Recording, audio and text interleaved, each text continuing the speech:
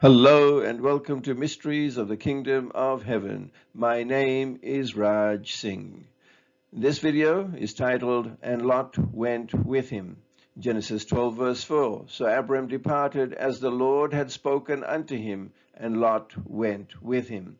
And Abram was 75 years old when he departed out of Haran. Let's find out through the Word of God why Lot went with him and what had to happen because Lot went with him. If you like these videos, like, share, comment, and subscribe. Subscribe to see all the videos to date. Remember, you don't need me, you don't need man, you just need to seek the Holy Spirit and become a disciple to receive the mysteries of the kingdom of heaven. God bless. To get a better understanding of Abram's journey, we have got to begin from the beginning, which in this case is Genesis 11 verse 25. And we're going to compare it with the family tree as it gives us a better insight about the family. Genesis 11 verse 25. And Nahor lived after he begat Terah 119 years, and begat sons and daughters. On the family tree, we can see the name Terah, who is the son of Nahor. And the name that we cannot see above Terah is Nahor, Terah's father, nor can we see the names of Terah's brothers and sisters. Verse 26, and Terah lived 70 years and begat Abram, Nahor, and Haran. On the family tree, we can see under Terah the three sons, Haran, Nahor, and Abram, circled in purple. Verse 27, now these are the generations of Terah. Terah begat Abram, Nahor, and Haran begat Lot. On the left-hand side, we can see Lot, circled in aqua blue, who is Haran's son, and the nephew of Nahor and Abram, and the grandson of Terah.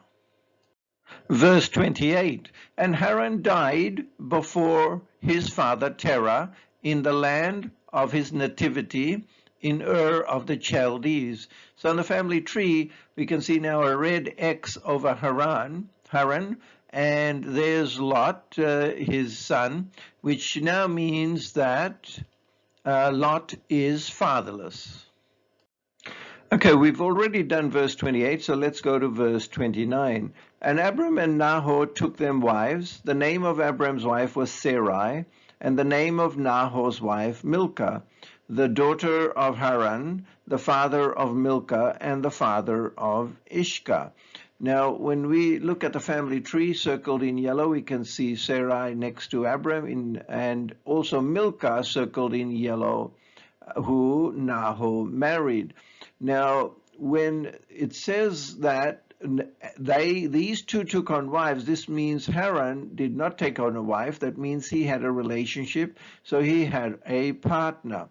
Now, from here, we can see that Nahor married his niece, Lot's sister. And we don't know about Ishka, but it sounds like she is a she. Now, when we read verse 28, and Haran died before his father Terah, so this means that Nahor married his niece after Haran passed away. Okay, so and now let's go to verse 30. But Sarai was barren, she had no child. So it kind of feels like it wasn't because they weren't trying to have children, it's just it was not possible for them to have children. An interesting point to look at in verse 29, when we see Abram's wife is named, Nahor's wife is named, although it is his niece, which is very unacceptable, but who knows the reason why? Maybe because Haran passed away and Nahor said, hey, I'll look after her. It just doesn't seem right regardless. Who knows what happened in those days. But the point that I'm trying to make is we never find out the name of Haran's partner. not wife, but partner. Now, this part, is this a coincidence? Lot, we never get to find out the name of his wife, nor do we get to find out the names of Lot's two daughters, nor do we get to find out the names of Lot's two sons-in-laws. So is it a coincidence that that line went that way, or is it just something that just happened? Verse 31, and Terah took Abram his son, and Lot the son of Haran, his son's son, and Sarai his daughter-in-law, his son Abram's wife, and they went forth with them from Ur of the Chaldees to go into the land of Canaan, and they came unto Haran and dwelt there. From the family tree we can see Terah, the father and grandfather, who's taken the three, Lot, Sarai, and Abram, and we can see on the map from Ur to Haran, and while their destination was circled in blue, their final destination, Terah never got there. So we can see that it was Terah who decided to make the move, and he took three with him. And we can relate to why Terah took Lot, as there is a special bond between grandfather and grandson, and also between uncle and nephew. And as Lot was now fatherless, it made sense that Lot go with them at the time when the decision was made. And we can see on the map where the movements were, and they actually just stopped in Haran, and at this stage they didn't go any further. We need to understand what circumstances God brought about that led to Terah deciding to break all family ties. And as it says in verse 31, and they went forth with them from Ur of the Chaldees to go into the land of Canaan, and they came unto Haran and dwelt there. In verse 27, Terah begat Abram, Nahor, and Haran begat Lot. So Haran had a son whose name was Lot. And let's skip to verse 29. From here we find out that of the three brothers, only Abram and Nahor took wives, which means that Haran did not get married, so he had Lot out of wedlock. From verse 29, we also find out that Haran had, apart from Lot, had two daughters, Milcah and Ishka, who are Lot's sisters. And so now we go back to verse 28, where we find out that Haran has now died. And we go forward to verse 29, where we find out that Nahor, after his brother Haran died, married his brother's daughter Milcah, who is his niece, which is Lot's sister, which is the wrong thing to do. This leaves Abram and Sarai, who have been married and are wanting to have children, but cannot. And since Lot's father has died, it seems to Terah that Lot will make the perfect son they never had for Abram and Sarai, as Lot is family. When we read this, we are totally disconnected and don't feel what is happening. As reading these verses, it sounds like everything is okay. But had we been at ground zero, this is a family breaking apart, and it looks like Terah has had enough of the lot, and he decided to take Abram, Sarai, and Lot, as they seem to be the only decent and honorable ones. As Abram and Sarai cannot have children and Lot is fatherless, Lot can be the son they never had. How else can Terah's plan be the same as God's plan when Terah was not part of God's plan? Just to emphasize the point about Nahor marrying his niece, Terah's granddaughter, and if you feel personally that in your family, if this situation arose and it would be acceptable, then that's a matter for you. But personally, I would find it very hard to accept if one of my children married my granddaughter. Now is a good time to answer why Lot went with him. In Genesis 11 verse 31, we read, "And Terah took Abram his son, and Lot the son of Haran his son's son." And we'll skip to verse 32. "And Terah, the days of Terah were 205 years, and Terah died in Haran." And now we go to Genesis 12 verse 1. "And the Lord said to Abram, Get thee out of thy country, and from thy kindred, and from thy father's house." Verse 4, "So Abram departed," and skip to, "and Lot went with him." Verse 5, "And Abram took Sarai his wife, and Lot his brother's son." So why did Lot went with him?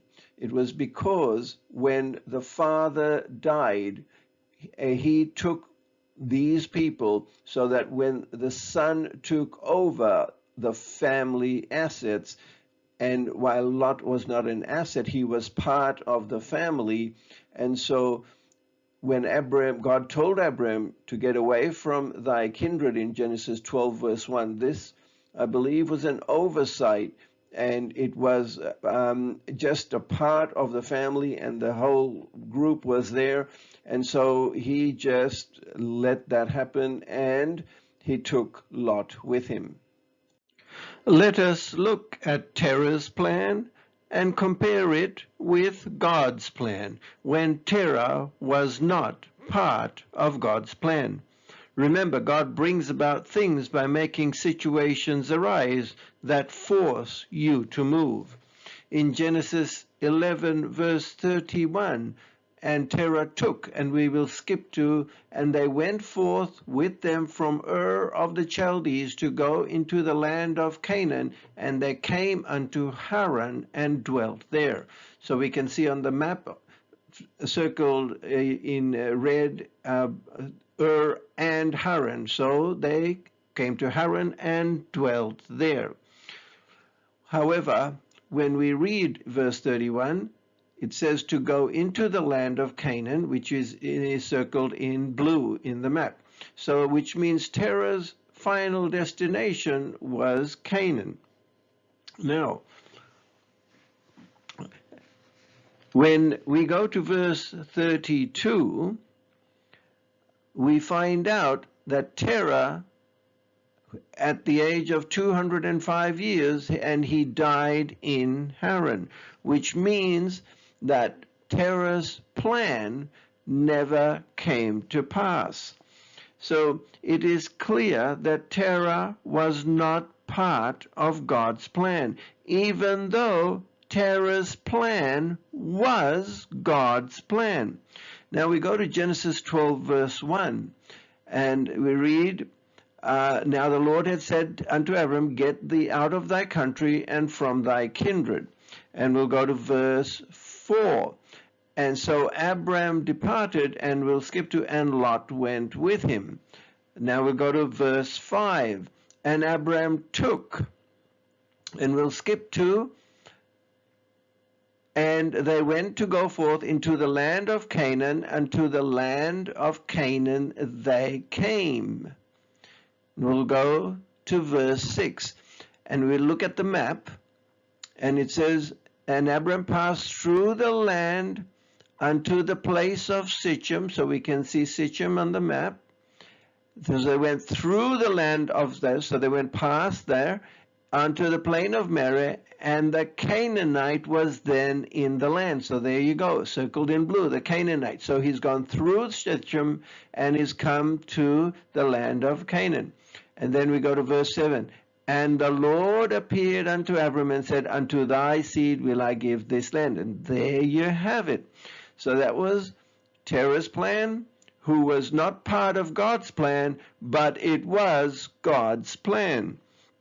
So, which means for our own lives, what has our Father started that we are to finish and pass on to the next generation. While Terah's plan was God's plan, Terah was only part of God's plan, as Terah's plan was for all to go into the land of Canaan. In Genesis 11, verse 32, when Terah died in Haran, Terah's plan did not die with Terah. For in Genesis 12, verse 1, God told Abram to get out of thy country and from thy kindred. But when Abram took over the family after Terah died in Genesis 12, verse 4, and in particular in verse 5, we can see Abram took Lot with him when both Terah and Lot were only part of God's plan. Let us find out what had to happen to God's plan that went off course to bring it back on course. Just to make a point, when we look at the map in Genesis 12, verse 1, when God tells Abram to get out and from thy kindred, and that was when he was in Haran. And so when we look at that, and verse 4, so Abram departed, and Lot went with him. And verse 5, and Abram took, and Lot his brother's son. So if we look at the map, and on the scale on the bottom, that measurement is 300 kilometers. Now, if you take that measurement, the distance from Ur to Haran is 600 kilometers. And the distance from Haran to Sodom is 900 kilometers. Three of those measurements fit from Haran to Sodom. Now, had Abram left Lot in Haran as God had instructed him, there was no way that what unfolded in Lot's life would have happened, because the distance was that great and he would not have even reached there. I will put two links below on the video, Why Did God Save Just Lot? And Sodom and Gomorrah, I Have Two Daughters, as it will reveal just how Lot's life ended because Abram did not leave Lot in Haran as God had instructed. Okay, so now let's get back on track, back to Genesis 12. Genesis 12, verse 6, and Abram passed through the land unto the place of Sichem, unto the plain of Moreh, and the Canaanite was then in the land. And we can see that on the map on the right-hand side. Verse 7, and the Lord appeared unto Abram and said, unto thy seed will I give this land. And there builded he an altar unto the Lord who appeared unto him.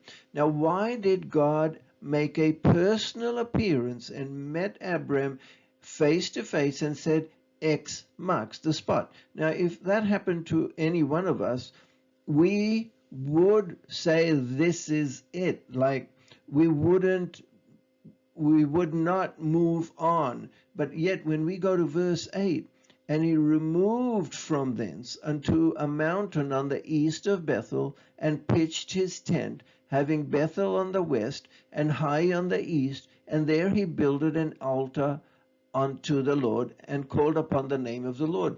Now, when we look at verse 7, to build an altar there seems to have a greater significance, because God appeared and made a personal appearance and personally said X marks the spot. And yet in verse 8, he's moved on, he's moved further south, and he's built an altar where God did not meet him. And we will find out why. But God is blinding him, and even though he heard God, it's like he never heard God. Okay, verse 9. And Abram journeyed, going on still towards the south. So he's moving further away. Verse 10. And there was a famine in the land, and Abram went down into Egypt to sojourn there. Now,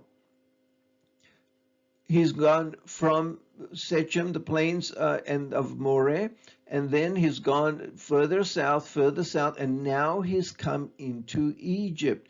Now, when you look at the scale of 300 kilometers from Shechem to Egypt, now he has traveled 600 kilometers. And so he's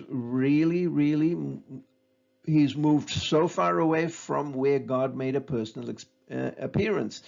Now, when we read Joshua, in the Joshua 7 verse 2, you can read that at your own time. That confirms two things. One, God did give to Abram's seed the promised land. And number two, the location is verified when we read Genesis 12. The location is verified.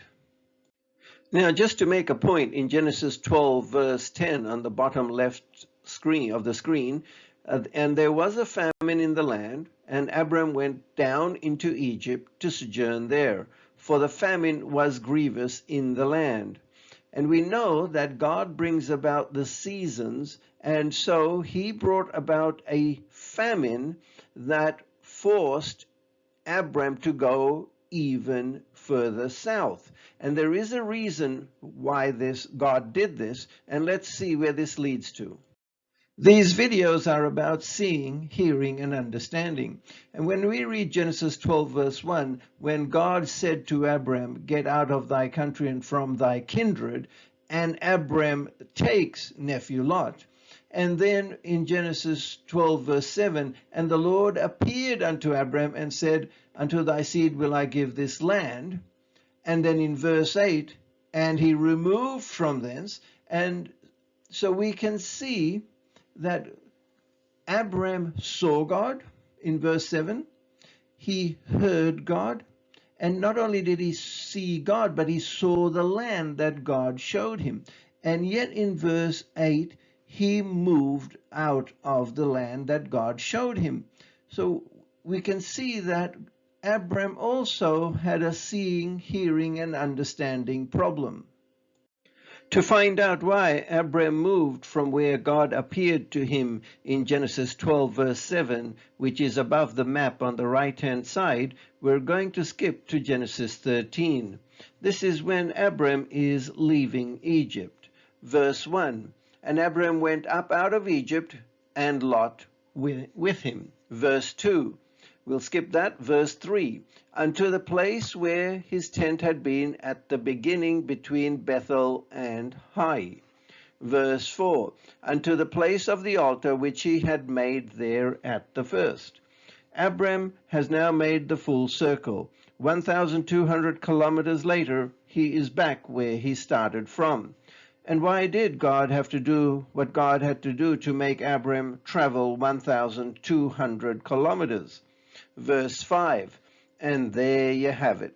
And Lot also, which went with Abram, had flocks and herds and tents." Because Abram in the flesh took control, Abram had to go through this journey, as it took this journey for Lot to build up his own assets. And let's see where this leads to. A point to make about Lot, if we look above the map on the right-hand side, Genesis 12 verse 1, "Now the Lord had said unto Abram, Get thee out of thy country and from thy kindred."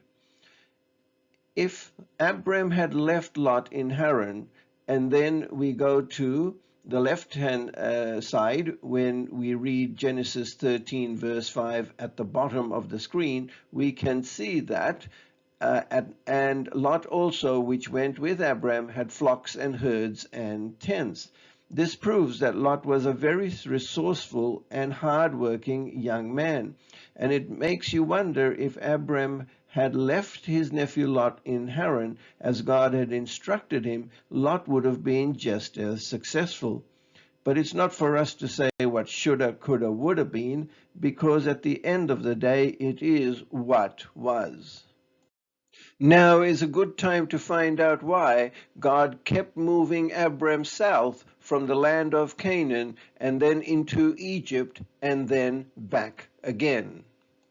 Verse 6, "And the land was not able to bear them, that they might dwell together. for their substance was great, so that they could not dwell together. Verse 7, and there was a strife between the herdmen of Abram's cattle and the herdmen of Lot's cattle, and the Canaanite and the Perizzite dwelt then in the land.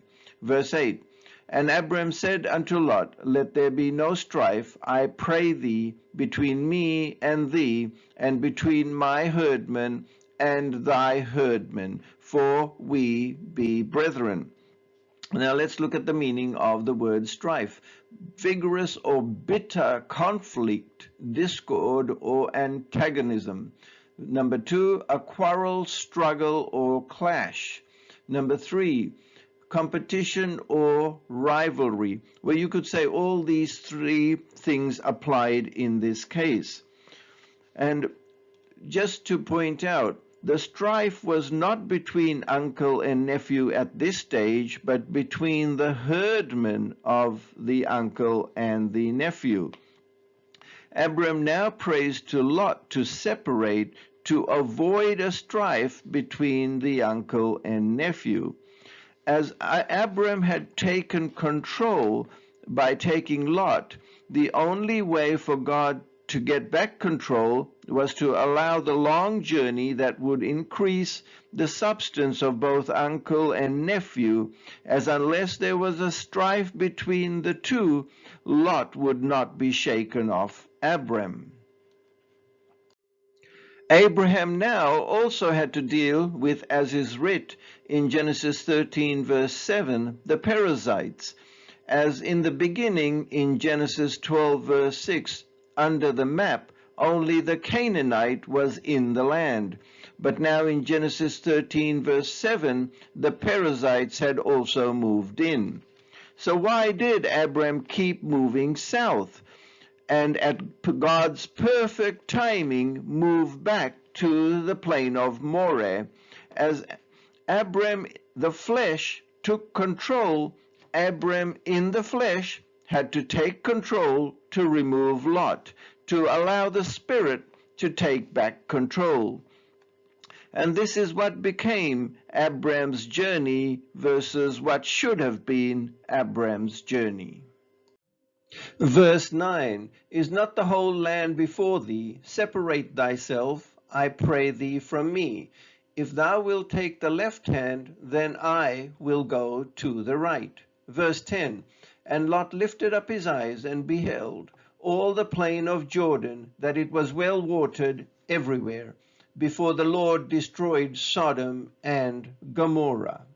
And who do you think well watered the plain of Jordan before the Lord destroyed Sodom and Gomorrah?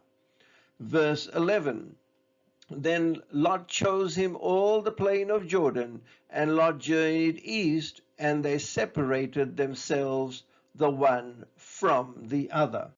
Finally, the separation that was to happen in Haran has now happened. Do you think that it would have been more honorable for Lot to have chosen the land first, or do you think Lot should have said to his uncle Abram, Uncle Abram, you have been a father to me from the beginning, you and Auntie Sarai a mother to me, when I had no father and mother. You took me in, and all the blessings that I have today is because of you. For this reason, I cannot choose first. So whichever land you choose, I will choose the other. Lot was much younger, while Uncle Abram was much older. If Lot was considerate, Lot should have said to himself, I am the younger one. I am much stronger at my age. I will take the less watered land, as it will make it much easier for my uncle in his old age and my auntie in her old age, and for them to take the well-watered land.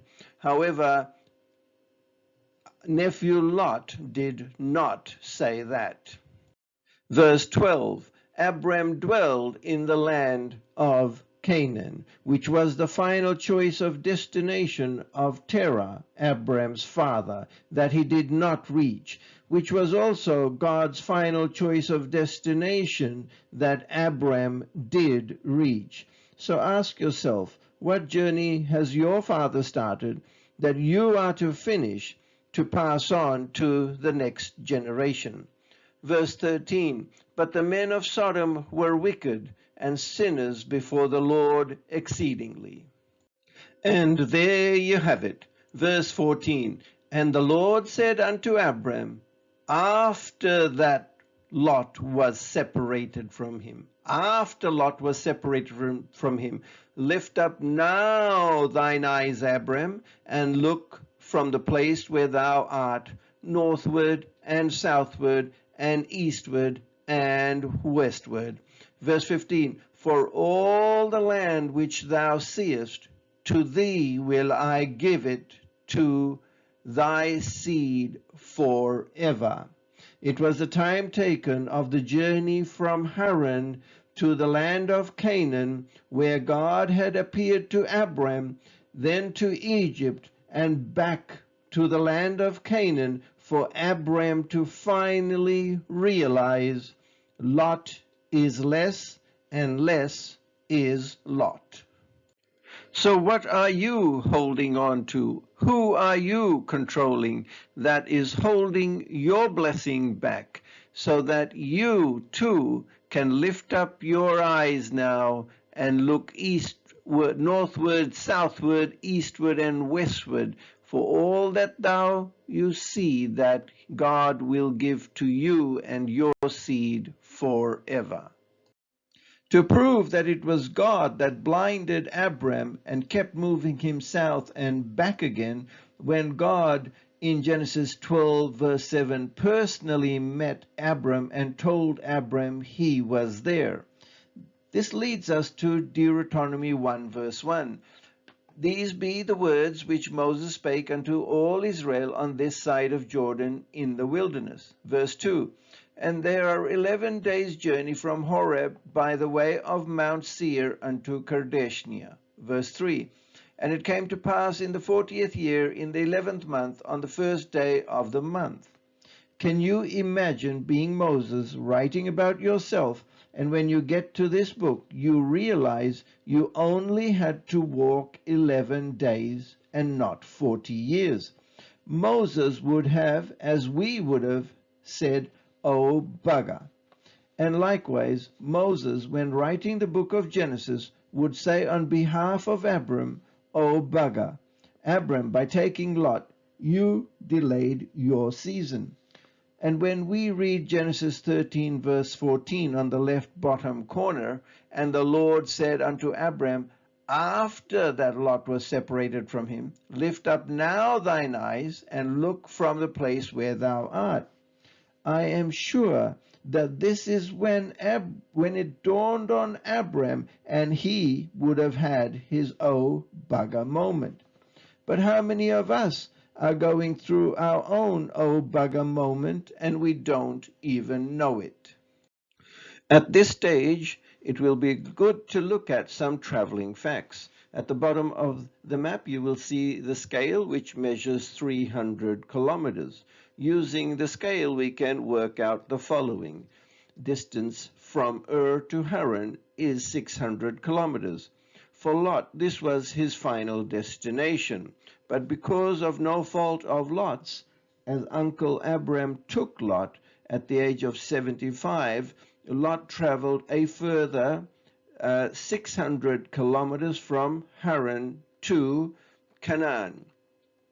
And this is what should have been Abram's final stop. However, Abram kept traveling south, and the distance from Canaan to Egypt is 600 kilometers.